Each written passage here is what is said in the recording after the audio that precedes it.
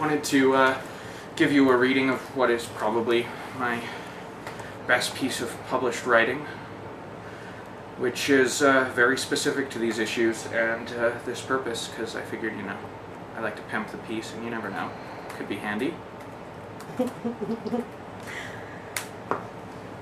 The Manifesto of a Noncompliant Mental Patient by Ellen Shomo was first published in the spring 2007 issue of Open Minds Quarterly and is expected to be in their forthcoming anthology. I see it everywhere. People with mental illness need medication. It sounds reasonable. Today there are even political organizations that seek to make it easy to force a person to take it. It's easy to look at another and assume things like that. It's human. After all, it's compassionate to help someone who isn't able to ask for help, right? They'll thank you in the long run, won't they? No one asks why the child or sibling or friend refuses to take their meds. Why bother? It's an illness. It's meaningless. The doctors say so. They know these things. Have you ever questioned the logic of the phrase, "she wouldn't be refusing medication if she wasn't ill"? I am a non-compliant mental patient.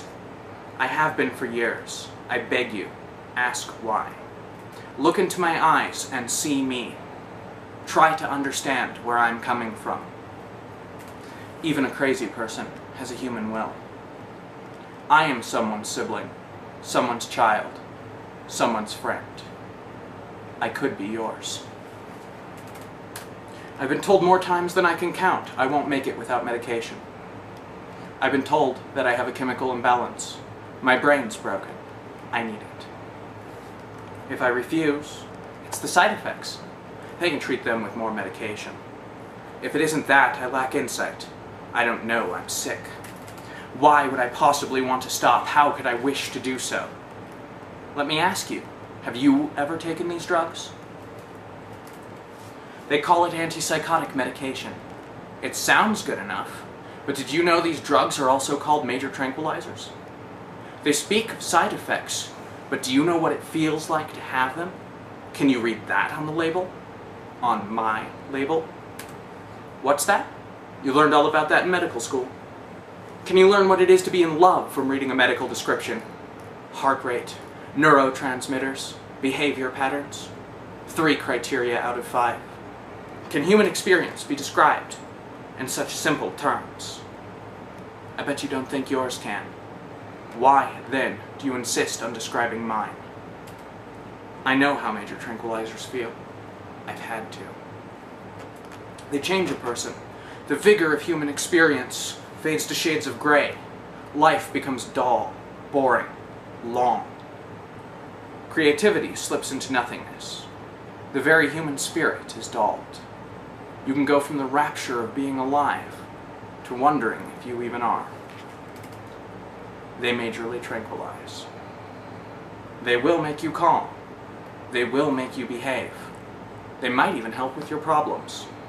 But they can dampen what really matters, what makes you alive. She prefers her mania, her madness.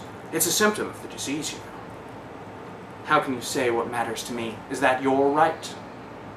For this broken mind of mine, I have been locked up. I have been threatened. I have been restrained. I have suffered at the hands of a system that I'm told is helping me. How could I be hesitant, even bitter? She's paranoid. She won't take her medication. They might be right. But what about how I feel? All I've ever wanted is to make my own choices. I've only wanted to scream. I am a non-compliant mental patient. Hear my voice. A cancer patient can refuse chemotherapy. A religious person can choose to trust God over penicillin. A doctor would call both irrational, but acquiesce. All I ask is the same right. She'll decompensate without it. It's the only thing keeping her even remotely sane. I stopped all my medication twice. I was hoping once would be enough. The first time, I failed. I lost it. They were right. I went crazy. Sort of. I was strongly encouraged to take my meds. It was a fight I knew I would not win. The patient has been compliant, though hostile. A facade of normalcy regained. high functioning, working, going to school, socializing, all the things you're supposed to do.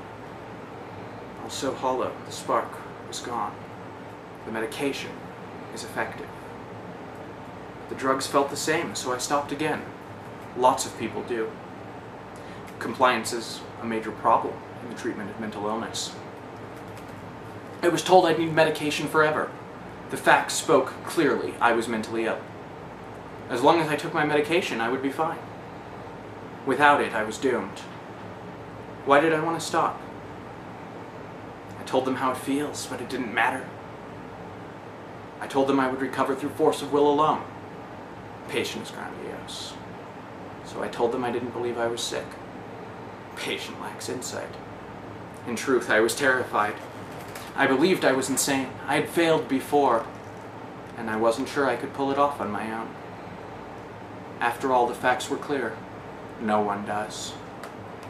But I did. Later I learned many have. No one talks about them. John Nash, the Nobel laureate, never took medication again. It was key in his recovery. They left that out of the movie. There are many others who were told no one recovers, told that they would be ill forever, but who proved them wrong. I am a non-compliant mental patient, yet no one would try to hand me a pill today. To get here, I had to ignore good medical advice. I had to have bad judgment and poor insight. Without it, I would never have achieved what I have in life. So now, when I hear about family members who should have made sure their relatives were taking the medication, or courts that should have forced it, I think to myself about doctors who should have listened. I wonder how many more I should be able to name. I wonder why so few people speak of the validity of the desire to not be medicated. Even a crazy person has a human will.